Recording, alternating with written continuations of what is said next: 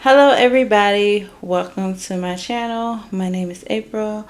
Welcome to Girl Let's Talk Diaries. So this is a story time, okay? So this is when after I had my son, okay?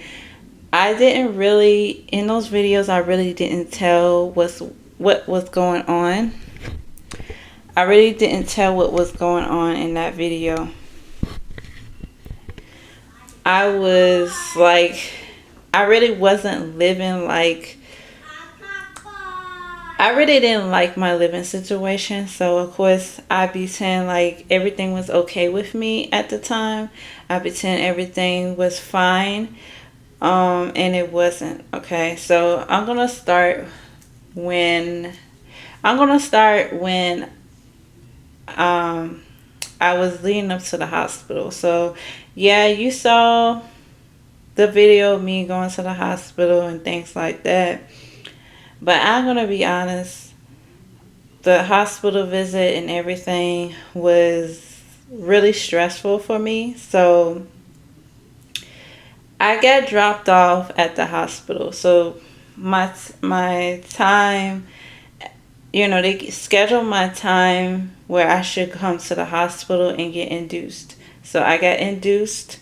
Um, it was like I think at 6 o'clock at night or whatever when I supposed to be going to the hospital. So I got dropped off at the hospital and I went up there, got checked in. If you hear my son, he's in the background making noise. But um I got induced and then they told me, okay, it's time to change your clothes, put on your hospital gown, and they hooked me up to the machines and everything. They was still checking on my heart rate at the time. So I was hooked up to a heart monitor. So for a while I could move around before I got hooked up, because once you get hooked up, is you really can't move nowhere. You have to take the machine with you. So if I had to go to the bathroom, I had to take the heart monitor machine with me and things like that. And I had to take the IV machine too with me. So it's like it was a lot. Or I had to no, I had to unhook myself because the heart monitor was the pulse thing. I think it came with the pulse thing, and you could unhook it or whatever. See, I'm trying to remember back then, and it's kind of like, okay, I'm not gonna remember everything. Okay, so anyway,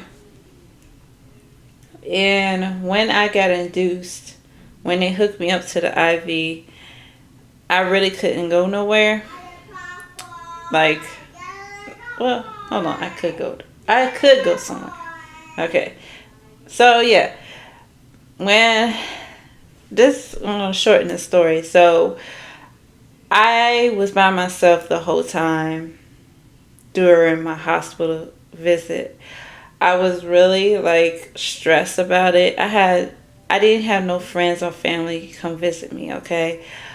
Um I didn't have nobody. I had nobody at the time. And I felt very stressful. I felt alone. I felt like, you know, it was just me and my son. It was just me. So it was, I ain't gonna lie, it was tragic. My whole experience was tragic because not only I was stressed, not only I was by myself, they hooked me up to these machines to see if I'm okay. They popped my balloon. They popped my they call it a balloon, but it's they popped my water that night. Yeah, that same night that I checked, that same night they popped my water already. So my son been in my stomach the whole time, you know. They gave me this. That's when late at night they start to give me the epidural in my back, and they said I won't be able to move. So they gave me an option of you're gonna have a natural where you can move around stuff, or you could have an epidural where you cannot move nowhere. So I'm like, you know what? I said, let's see how I feel, okay? So they give me, I think it's called penicillin, and the penicillin helps bring the contractions and things like that. And it was starting to become very uncomfortable. So I'm like, okay, I'm ready for the epidural. So they're like, okay. So the epidural doctor came in and checked my back, and a nurse came in and she was holding my hand. Um, you know, all that while he put the epidural in my back. That long needle in my back was like this. So, yeah, all of that was going on. It was very stressful, and it happened so fast. So the next day, let's go on the next day. If you have not seen that video of me giving birth and stuff, I did document it, but I didn't really tell the details that was going in, because it happened so fast. The next day, I didn't get much sleep.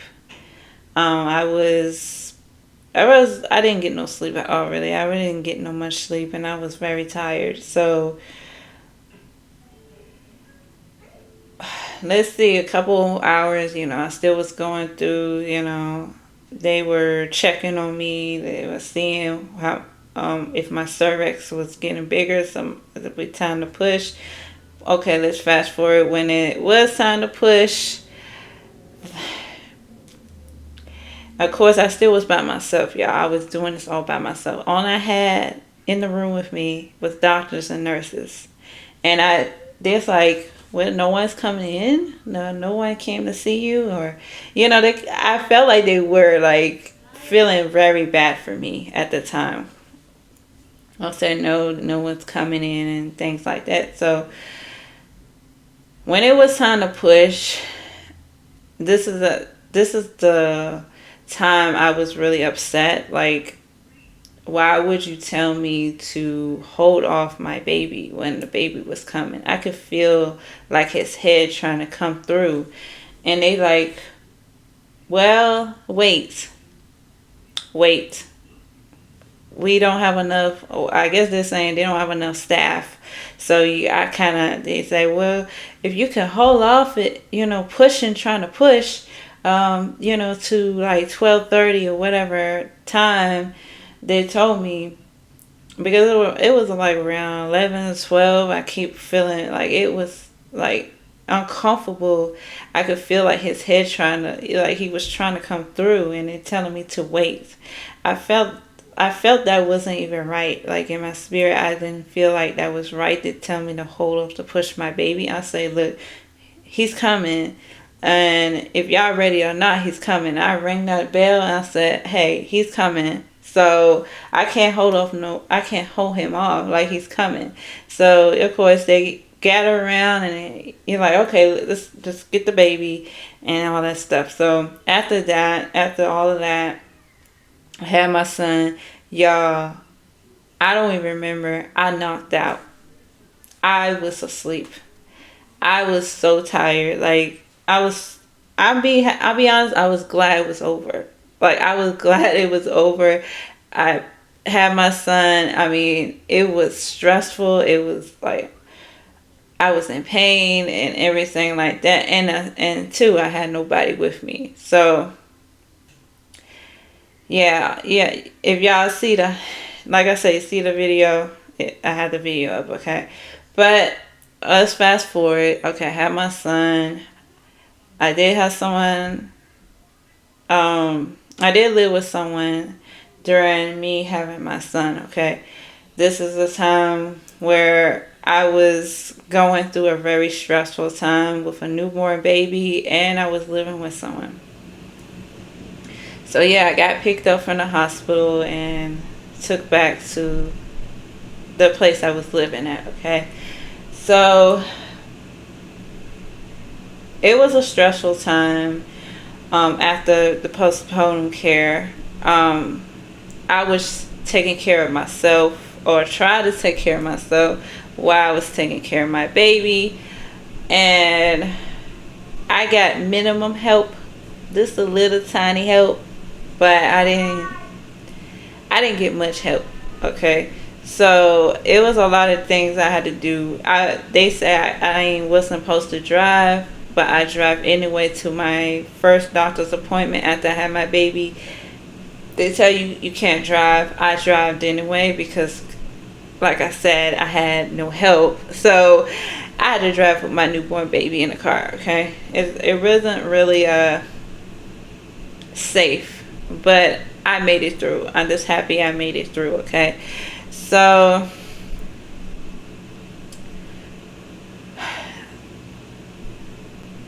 the living situation I was in was not a good one. Okay, it was very stressful. Um,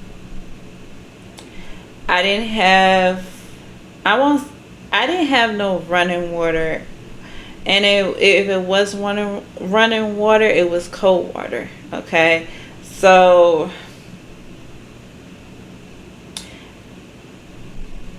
the bathtub, I guess we'll say that in the bathtub, it wasn't working no more.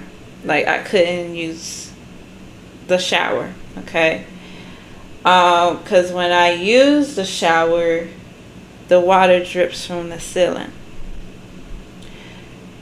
The person I was living with didn't fix it. So I they know about it. They know that it had this problem, but it didn't get fixed. So I was stressed, okay, because I'm very, I'm very,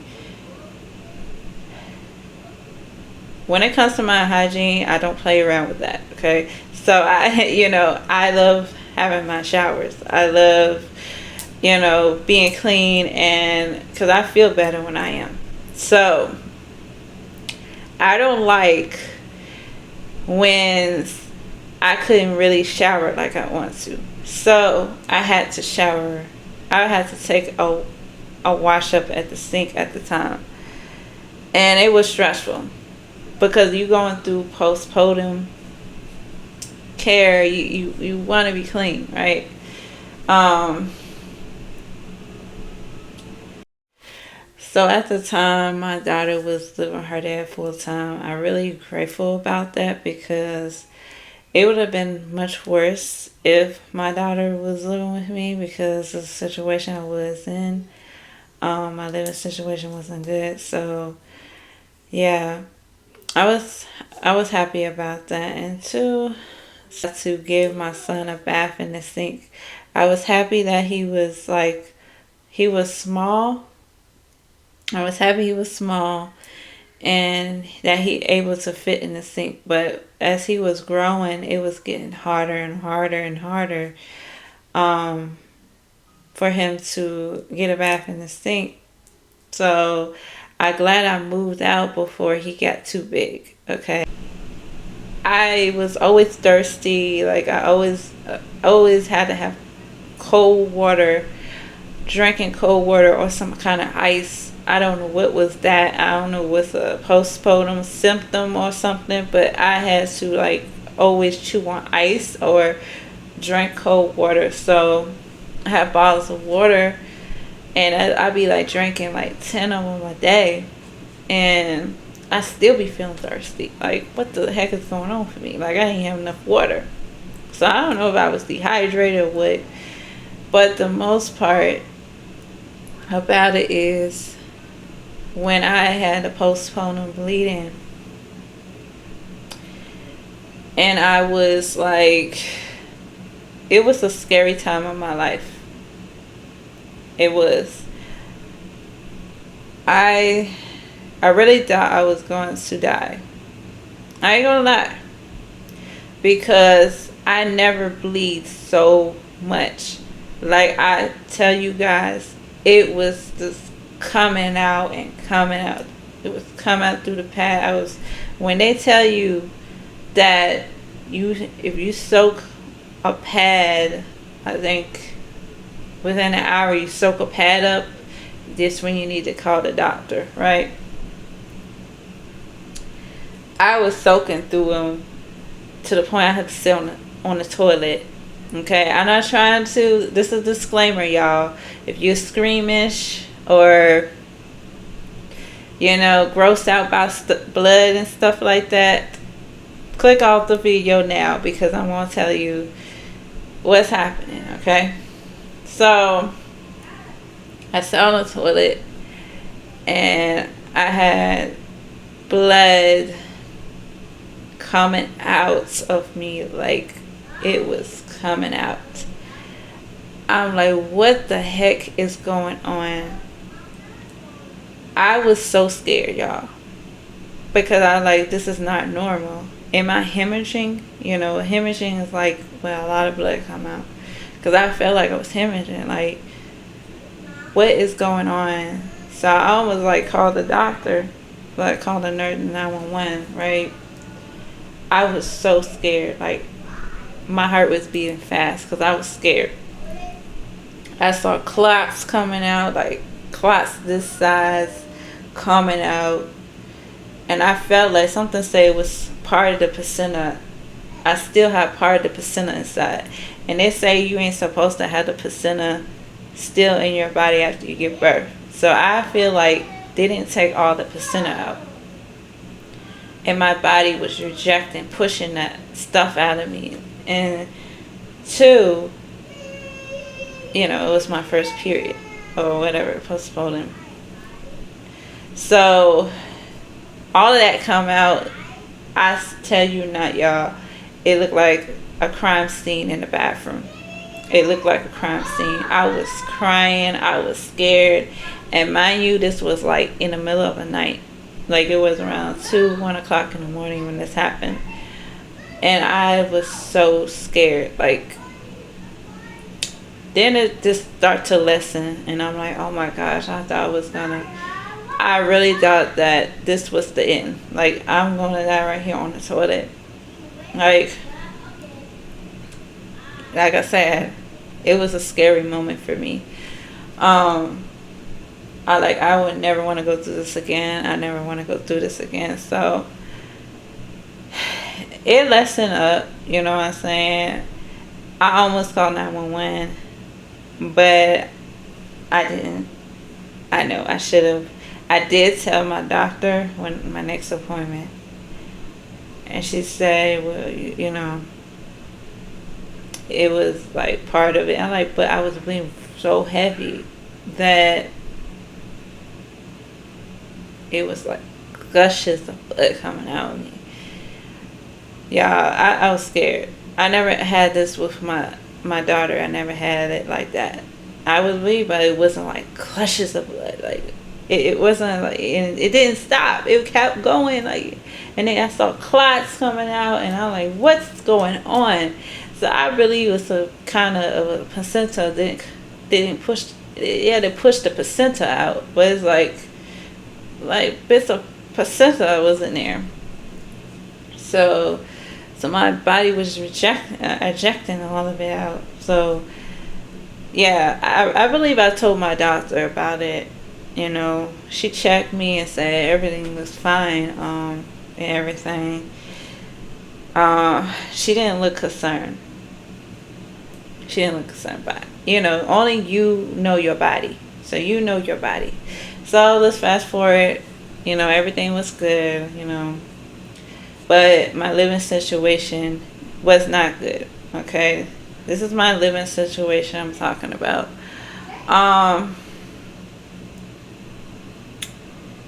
So I had to take birdie baths. So, and two, the place was not, it just wasn't a good place to live in, okay? I'm trying to remember because, like, it's been, like, a long time. Let's see. Yeah, the ceiling collapsed. The ceiling collapsed. I'm glad that I wasn't there or anybody was standing. I'm glad I wasn't there or standing there with Ceiling collapsed. I heard a big whoosh, and it was the ceiling.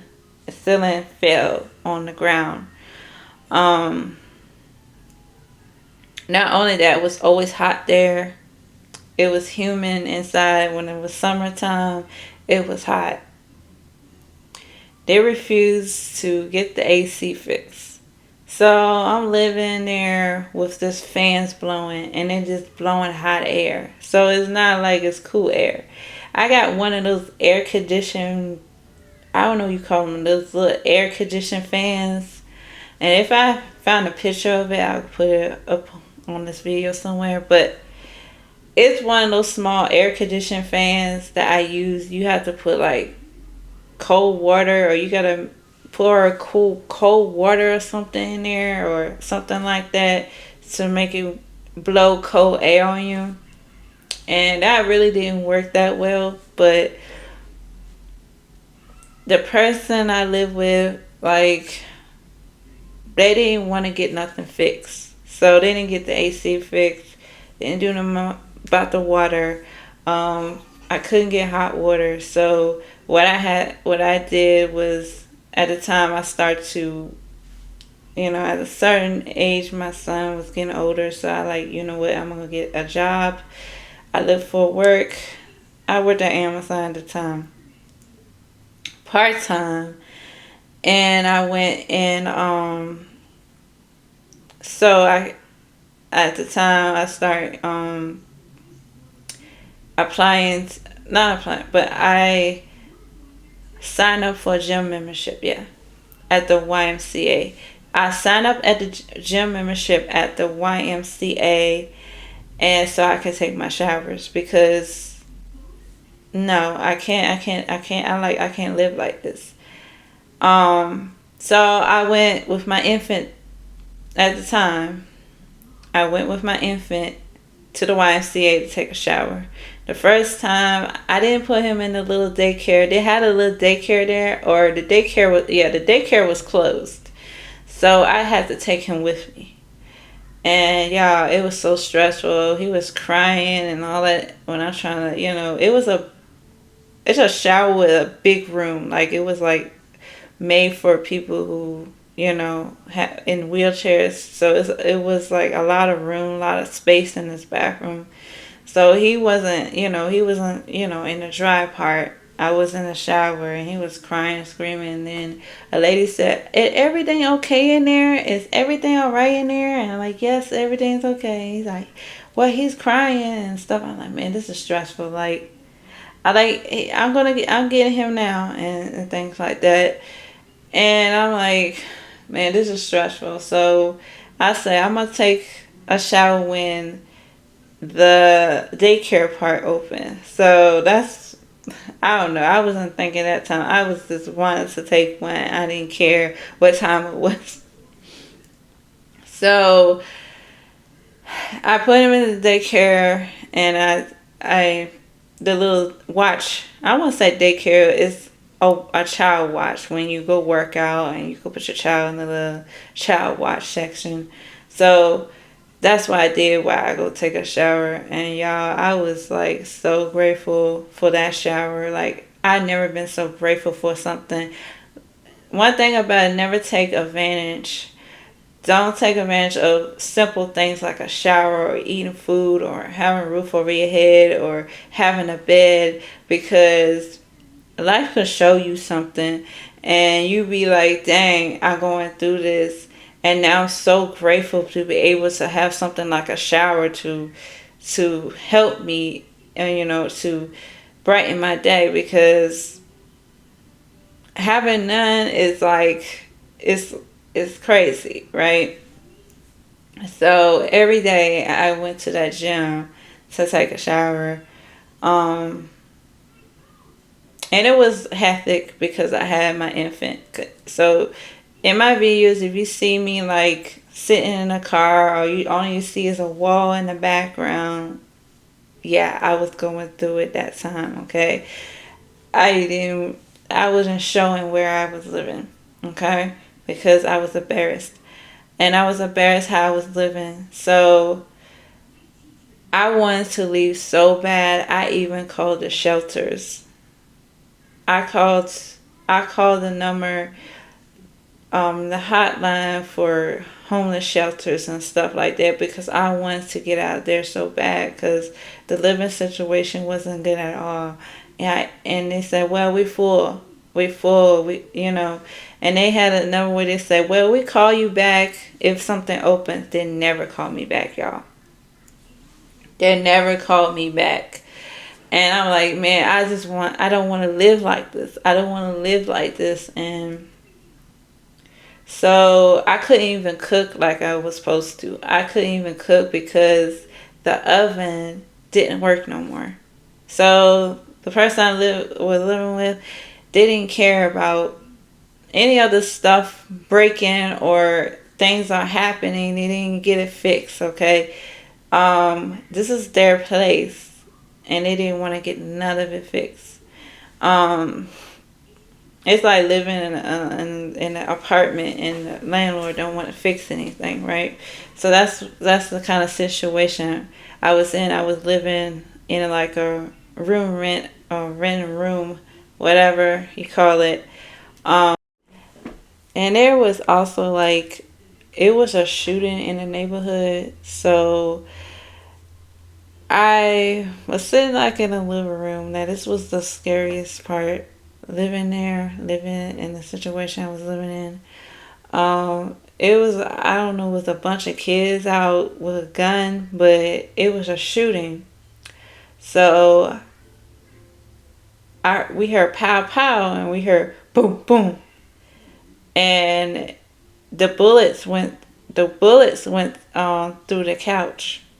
I was in the bathroom at the time because I heard pow pow and I heard poof poof, and I ran downstairs and I'm like, is everything okay? Because my son was downstairs and it was bullets going through the couch, and I think there was another bullet that went through the window where I usually sit at, and I was so happy that I didn't get hit with it. But I was very scared. And then there was bullets in the room where I was filming at. So I was happy that I wasn't in those places because those bullets went through the wall of the house. It went through the wall. So I like, yeah, I need to get out of here. I need to move out of here because this is not safe for me and my son. Now, mind you, this place never really had shootings, or I mean, there was shootings, but it wasn't as close to where it was when that night where I heard bullets went through the wall, okay, of where I was staying at. I just happy I was there. I happy my son didn't get hit with it. It hit the couch. It went like in the bottom of the couch, and the couch caught the bullet and things like that. But and then there was another one in the room where no one was in, and went through the wall of that. And I'm just happy that no one was hurt and we were all okay. But it shook me up to my core. I'm like, yeah, this is a really sign for me to get out of here. And I try my best to move out of that situation and out of that area. And but it was not a good place to live, and I was stressed as a new mother living there. So I was so stressed out. Not only that, my son was keeping me up all night. So I didn't get enough sleep. I was sleep deprived. I was having to postpone depression. I like, this cannot be my life. This cannot be my life. I lost my car. I lost my apartment, and I didn't have a lot of money. I was really like very stressed out. And I'm like, this cannot be my life. I want to get out of here. I wanted to get out of here, out of the situation. So I worked so hard to stack my money up at the time to get my apartment. And I will talk about getting my apartment in part two. So I'm gonna have a part two of this video because this video gonna be very long. It will probably be an hour long. Okay, so I'm gonna break these videos up. So I'm gonna have a part two of it. But yeah, I really was going through a rough time after I had my son. I was going through a lot, and not only that, I had people in my life that were laughing at my downfall. They wanted to see me down. They like, aha, you know. I'm not gonna say who it was, okay, but they was making me feel more sad. It's like some people love to see you. They love to see you down. They love to see you going through something. You know what I'm saying? So that didn't help at all either. You know, I called another friend. I said, you know, can you help me? You know, and they were like judgy and mean and nasty. And at true, I'm gonna be honest too. She was supposed to be someone in the church, and because I have my son out of wedlock, I got the preaching, the judgment, the why did you do that? Why did you, you know, this and that? Like, and I'm like, you know what? It's okay. It's okay. I don't need help. I don't need to live with you. You know, all of that. But at the same time, you know, years ago, it's like, well, if you need help with, you know, anything, let me know. So I guess she had like that I wouldn't help her with the rent or help her with the bills, which I was. I was going to help her. But at the time I was pregnant. I said I was going to help and things like that. So, you know, all of that. I know not to live with someone free. I know that. I didn't live at the place I live for free, okay? Like, come on now. Like, why people think like that? That's kind of dumb. But I guess because I was pregnant and I was going through this situation, like, I could find work at the time, even at Amazon for a little short while, because Amazon had a, you know, they have leave where you could get paid it, you know, if you could have a baby. And I'm going to be honest, I should have stayed with that. I was not thinking right, y'all. I should have stayed with that if I knew it. Even part-time, they have it where, okay, you know, they have parental leave and they pay you for it. Like, dang, I should have just stuck with that. But I was going through it. I was going through it at the time. And that's what really happened. My living situation was not good. Even at the time, I was thinking maybe I should have given my son up for adoption. Yeah, that did run across my mind because I don't think I could take care of him because I'm in this situation, and every time I try something to make my life better, something always bring me back down. So it's like I was literally online looking for agencies that would adopt him because I thought I couldn't do it. I'm just happy I didn't, but I'm not saying my life is 100% right now. I'm still going through things as, you know, as life goes as a mother right now. But I just, I'm just saying this situation was a lesson to me. You know what I'm saying? It's a lesson. Everything you go through is a lesson in your life. And You know, the good, the bad, and the ugly, you're going to go through it. Life is not going to come with unicorns and butterflies and, oh, your life is just going to be easy until the day you're not here no more. It's not going to be like that. You're going to go through trials and tribulations in your life. And some are lessons for you so you could be higher. And so you could get into the next level for real. Like, it's a lesson to learn and it helps you grow. So I feel like this experience really helped me grow. And yeah, so I will come up with part two of when I got my apartment and stuff.